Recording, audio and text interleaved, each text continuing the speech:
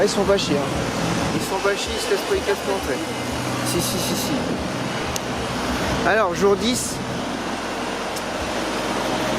Là, on est à Reykjavik, on va faire la visite de la ville. Donc ce matin, on va faire plus les visites un peu culturelles. Et cet après-midi, ça sera plus shopping, resto, bar et tout ça. On va un peu profiter aujourd'hui, puisqu'on repart demain. Donc voilà. Petite info aussi, on vient de croiser un Subway. Il y a pas mal de Subway en Islande, pas mal. Et contrairement à ça, il n'y a aucun McDo en fait. Ils sont retirés en 2009 après la crise boursière. Voilà. KFC, j'en ai pas vu beaucoup non plus. J'en ai vu un seul, je crois, depuis le début du séjour. Enfin, voilà, donc c'est pas mal. On va faire un peu le tour de la ville. On verra ça. Hvað þessi jökull nema bleita sem bráðnar innan skams og gufar upp. Lóuparið lúkkar vel á heiðinni og veit að leyfist mér að játa að ég leiður á þeim strax. Á löppum sínum óþolandi gæsir beita. Já, hún skal láta beggja vegna sólarlags. Þú elskar fjöllin, þú elskar fjallalóð. Ekki svöng, ekki þreytt, fersku leiðist ekki neitt.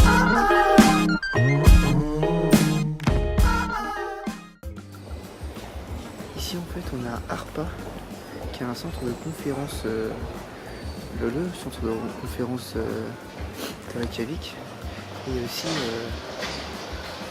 toute la... Non, il y a juste le centre de conférence en fait. C'est vraiment géant. Et c'est vraiment stylé, c'est joli. Og hvað þessi jökull nema bleita sem bráðnar innan skams og gufar upp. Lóuparið lúkkar vel á heiðinni og veit að leyfist mér að játa að ég leiður á þeim strax.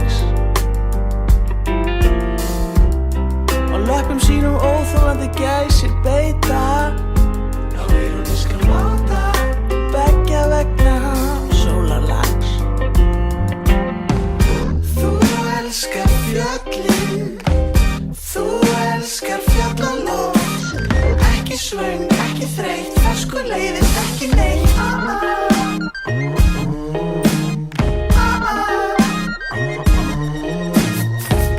Þú elskar fjöllin, þú elskar fjallalóð. Ekki svöng, ekki þreytt, fersku leiðist ekki neitt.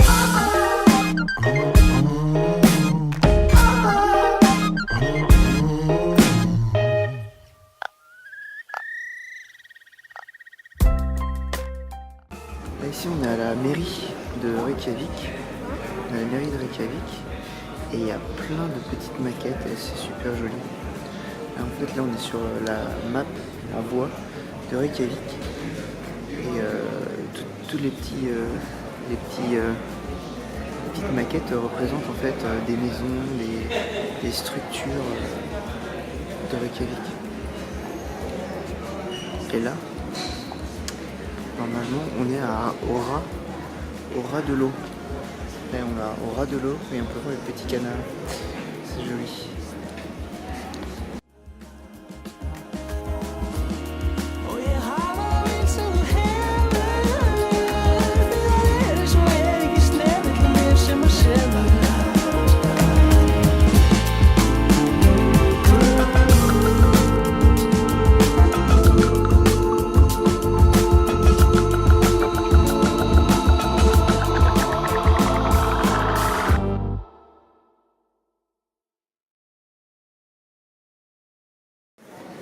Là, on est dans l'église de Reykjavik. Regardez-moi, c'est super grand et c'est super joli. Et moi, il va y avoir quelqu'un qui va jouer de l'orgue.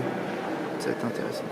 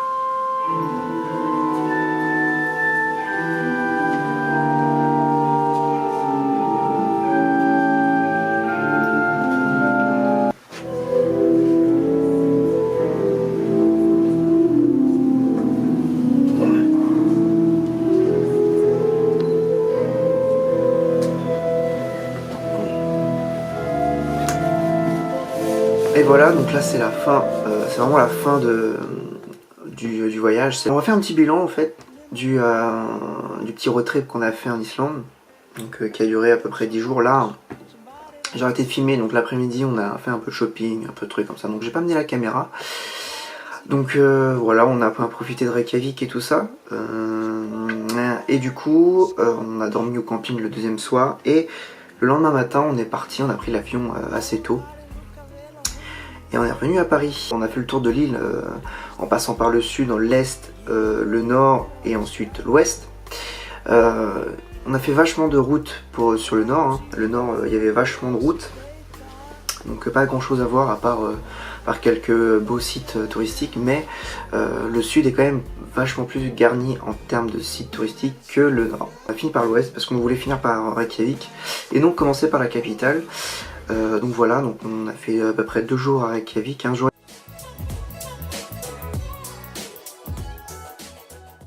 Alors les points positifs, on a plusieurs choses. Donc on a plus de points positifs que de points négatifs bien sûr, parce que voilà, c'est l'Islande. Vous me direz, c'est normal, ce sont les paysages. Alors les paysages sont vraiment...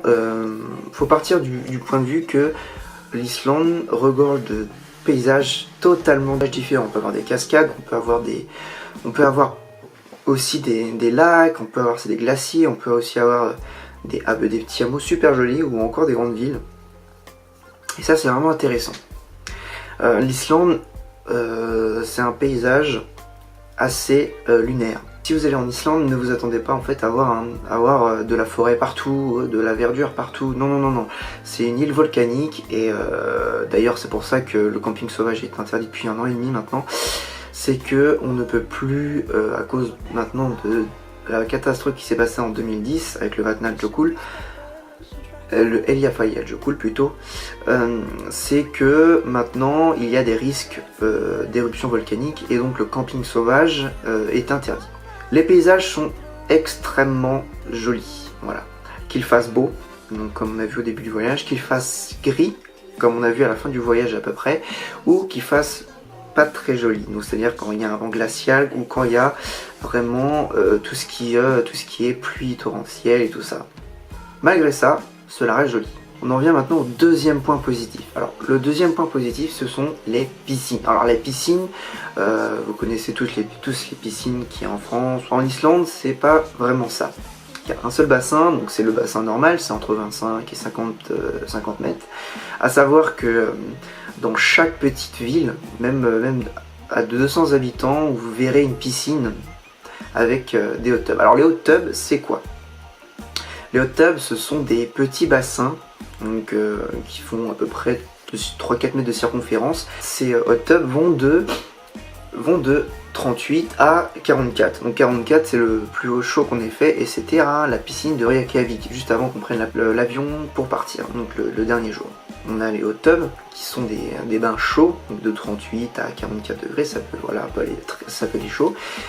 On a un bassin chauffé, donc 29 degrés, et la plupart du temps, on a un bassin d'eau froide à 5 degrés pour t'y plonger et pour raffermir un peu le corps. Donc voilà, donc ça, les Islandais raffolent de ce genre de petits rituels. On arrive maintenant au troisième point, qui sont en fait les sources d'eau chaude. Alors les sources d'eau chaude, on connaît tous le Blue Lagoon. On l'a pas fait, pour que vous sachiez. Le Blue Lagoon coûte, avec le prix le plus bas, environ 65 €. Voilà, donc c'est assez cher. On a été dans le Midvatn Lagoon, qui est dans le lac qui se situe autour du lac Midvatn, qui était très très très joli. Voilà, c'est un des lagons avec une couleur bleu clair. Ensuite, on a été au Secret Lagoon, donc, qui est un autre lagon. Qui était très très très familial mais qui était super joli et avec un beau cadre. On a fait aussi quelques sources d'eau chaude naturelles, comme au deuxième jour, le matin du deuxième jour, donc c'est très très très intéressant. Par contre faut marcher, mais bon, c'est très très bien. J'en viens maintenant à mon quatrième point positif qui sont les randonnées. Les randonnées, ne vous affolez pas, il y en a pour tous. C'est-à-dire quand vous allez dans un site touristique, vous pouvez faire plusieurs types de randonnées. toute façon, le centre touristique vous donnera une carte, il faudra même l'acheter, moyennant un petit prix, pour voir en fait les différentes randonnées. Donc ça peut aller d'une randonnée courte, donc c'est-à-dire 30 minutes ou 1 heure, donc c'est faisable, hein, ça passe très vite, les paysages sont très jolis, mais ça peut aller aussi jusqu'à 7 jours. Donc les 7 jours, c'est le site touristique de Landmannalaugar qui propose ça. Et Landmannalaugar est un site que l'on n'a pas fait. Pourquoi? Parce que nous, on a fait le tour de l'Islande. Et Landmannalaugar se situe au centre de l'Islande. Voilà pourquoi on l'a pas fait. En fait, il faut avoir un véhicule adapté. Donc il faut avoir un 4x4 pour pouvoir passer les Gays. Donc je rappelle, les Gays, ce sont des rivières que l'on ne peut pas passer avec une voiture citadine. Voilà. Landmannalaugar est un site touristique vraiment très prisé pour les randonneurs, hein. C'est vraiment très intéressant. Si vous êtes randonneur, si vous aimez marcher, si vous aimez le sport, je vous invite à faire beaucoup de randonnées car les sites touristiques sont extrêmement jolis. Alors les points négatifs, on en a moins que les points positifs quand même, mais il y en a certains. Bon, bah, qui dit point positif dit point négatif bien sûr. On va commencer avec le premier point négatif qui est le coût de la vie. Voilà. C'est normal, c'est une île, tout ce qui est de l'importation devient très vite cher, que ça soit les courses, que ça soit les restaurants, que ça soit, enfin tout ce qui est d'importation comme je vous le disais tout à l'heure, hein, le coût de la vie est très cher. Vraiment, si vous venez pour l'Islande, pour les paysages, pour la beauté en fait, la beauté de l'île en fait, vous paierez pas grand chose, à part tout ce qui est relocation de voiture pour se déplacer, les campings pour dormir. À part ça, vous n'auriez rien. Voilà, la bouffe, tout ça, vous n'aurez rien à proprement dit. Maintenant, on en vient à notre deuxième point négatif, qui est le temps. Alors le temps, soit vous avez un... En fait, le temps change très vite en Islande, et soit vous avez un temps super beau, un temps magnifique, donc on a eu en fait au début du séjour, du road trip, et un temps un peu plus maussade, un peu plus gris en fait, mais bon, ça change pas du tout, les paysages sont d'autant plus jolis, voilà, sauf quand vous n'avez pas de chance. Donc nous on a eu beaucoup de chance, et si vous allez en Islande et que vous n'avez pas de chance, vous tomberez sur un temps très glacial, hein. Donc avec un vent glacial, avec des intempéries, hein. C'est cette malchance, on va dire, de tomber sur le temps pourri qui va vous niquer votre journée en fait. Voilà.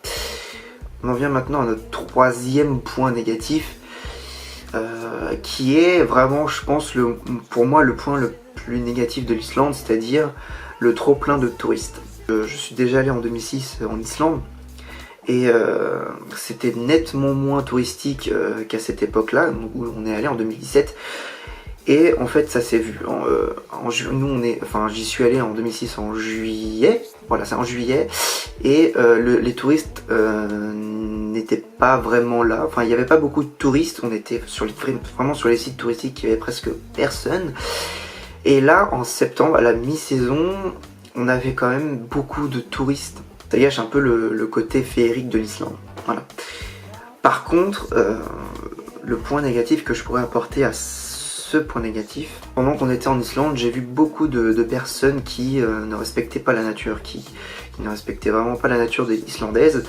Et ils sont pas tous comme ça, hein, les touristes ne sont pas tous comme ça, hein, bien sûr, hein, mais voilà, donc certains touristes ne respectent pas cette nature, donc qui est pour moi vraiment très, qui est vraiment très importante, hein.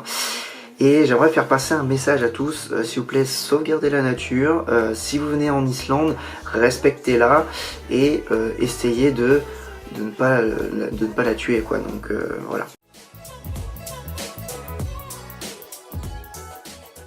Maintenant, je vais vous parler de quelques surprises qui m'ont surpris quand je suis allé en Islande en 2017, hein.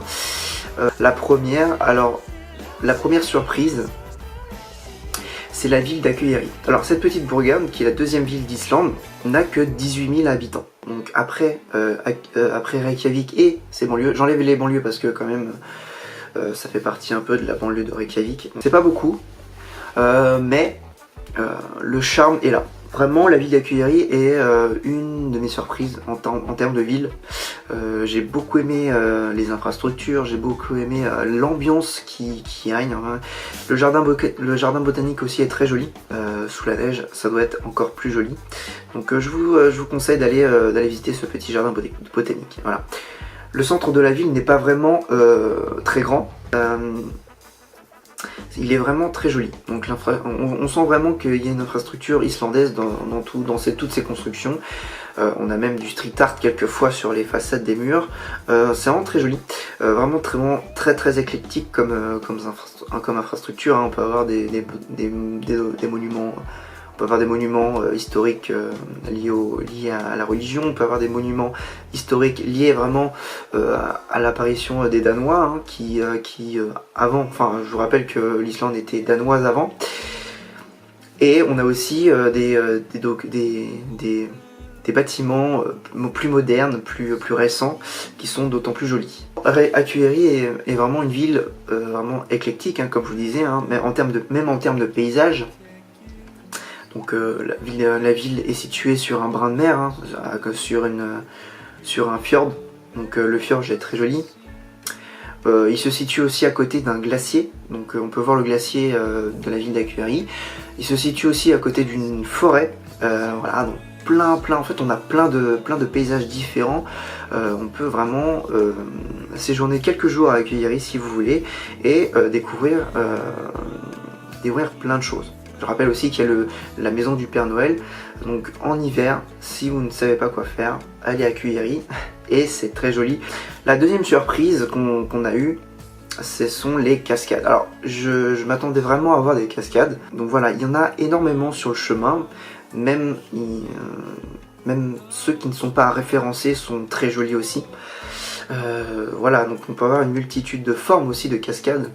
Donc des petites, des grandes, donc des grandes en hauteur qui font, je vous rappelle, celle qu'on a vue près de Elissandur je crois, celle fait 120 mètres de haut. On a pu aussi voir celle de Godafoss je crois, qui fait elle 120 mètres de long, qui est une très grande cascade. On a aussi des petites cascades, hein. Je sais plus c'est laquelle, mais où il y avait plusieurs cascades à la suite. Il y avait aussi des petites cascades, voilà, non référencées comme je vous disais tout à l'heure, hein, qui sur la route on s'arrête et on prend une photo comme ça, et la cascade est très jolie. Voilà. Une surprise, c'est le nombre de cascades qui sont tous différentes et qui ont été vraiment une surprise pour moi. La troisième surprise, donc c'est le Secret Lagoon, le cas vraiment typique islandais, hein. C'est une petite ville d'à peine 600 habitants je crois. Je rappelle que toutes les sources d'eau chaude sont naturelles, plus ou moins avec du soufre ou pas. C'est voilà, c'est ce qui définit en fait la couleur des différentes sources d'eau chaude. Et donc cette source d'eau chaude, le Secret Lagoon, est vraiment très intéressant. Pourquoi? Parce que elle accueille des concerts, elle accueille des DJ sets tout au long de l'année, donc c'est vraiment très intéressant. On peut boire pendant qu'on se baigne.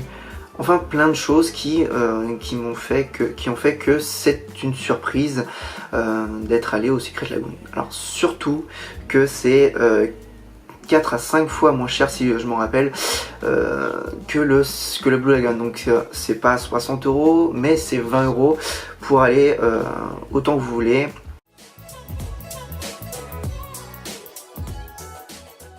On en vient maintenant au coup de cœur.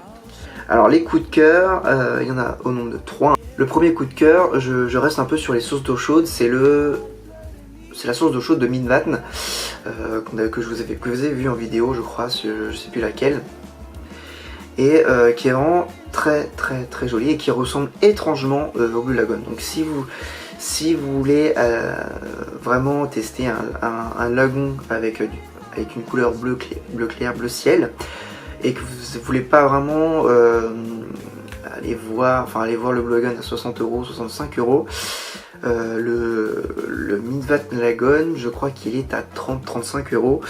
Donc c'est 2 fois moins cher. Et vous avez, voilà, vous avez le cadre en plus parce que vous avez toute la vallée en bas. Je voulais aussi revenir un peu sur les comment on accède à la piscine ou aux sources d'eau chaude. Donc on passe par des vestiaires où il faut se laver. Et là c'est le choc culturel parce que bon, moi ça m'a pas trop dérangé, mais les Islandais se lavent avant d'y aller tout nu, donc voilà. Mais bon, moi au début ça m'a un peu, voilà, c'est normal, hein, c'est le choc culturel, mais après on s'y fait. Et du coup, voilà, donc c'est une culture chez eux de se laver tout nu, d'avoir une proximité avec autrui qui est un peu plus proche que ce qu'on a en fait en France. Le deuxième coup de cœur se situe en fait dans le sud de l'Islande. Et ça s'appelle Jökulsárlón. Alors Jökulsárlón, si vous vous rappelez bien, c'est un lac qui accueille des icebergs qui se détachent en fait de la langue du glacier. Donc c'est vraiment un coup de cœur parce que c'est vraiment très joli, hein. Donc c'est une forme de cratère, hein. Donc je vous rappelle que le lac fait 200 mètres de profondeur. Et c'est vraiment très joli. On peut faire le tour du lac, hein, avec des vues différentes sur les différents icebergs. Les icebergs ont différentes couleurs, ont différentes formes, ont différentes tailles. Les couleurs peuvent aller du bleu clair jusqu'au bleu foncé, jusqu'au noir, jusqu'au blanc. Les tailles peuvent vraiment être gigantesques, hein, parce que moi au début je croyais que c'était des petits icebergs, des petits trucs, hein, des petits glaçons on va dire, hein. Mais non, pas du tout. Ce sont des gros blocs de glace qui font 20 mètres de haut, 50 mètres de large, et c'est vraiment très joli, c'est vraiment très particulier. Et voilà, après les icebergs se jettent dans la mer, et quand vous allez sur la plage de l'autre côté du lac, c'est aussi très joli. On en vient ensuite au troisième coup de cœur, qui est Skaftafell. Alors Skaftafell, c'est le site touristique où il y a le plus de touristes pour aller visiter les glaciers. Je vous rappelle que c'est là où on a visité la langue de glacier, on a touché le glacier, voilà, donc c'était très joli, c'est une putain d'expérience. Donc voilà, donc, être aussi près du glacier, avec des différentes couleurs, différentes formes, ça fait vraiment des strates. Donc voilà, donc c'est très joli. La randonnée n'est pas très longue en plus, elle fait 1 heure je crois, 1 heure et demie, c'est parce qu'en fait on a resté beaucoup de temps à faire les photos, hein. Pour ceux aussi qui veulent aller sur le glacier, il y a des randonnées avec des guides pour aller sur le glacier avec les crampons, avec les bâtons, voilà, avec tout ce qu'il faut. C'est je crois 70 € je crois pour faire une visite de 2 ou 3 heures sur les glaciers. Nous on n'a pas eu le temps de le faire, on voulait le faire, on n'a pas eu le temps. Donc voilà, c'est fini pour cette vidéo bilan. J'espère vous avoir donné envie de visiter l'Islande, de visiter tous les sites touristiques que j'ai fait. On a sciemment choisi de faire le tour de l'Islande. On a fait un peu quelques détours aussi pour aller voir quelques sites touristiques à ne pas louper. Donc voilà. Mais si vous avez aimé, allez-y. Mais faites attention à la nature quand même. Donc voilà, c'est le petit message avant de laisser. Et je vous laisse là maintenant tout de suite. Et on se revoit au prochain voyage qui ne va pas trop tarder. Donc allez, salut à tous.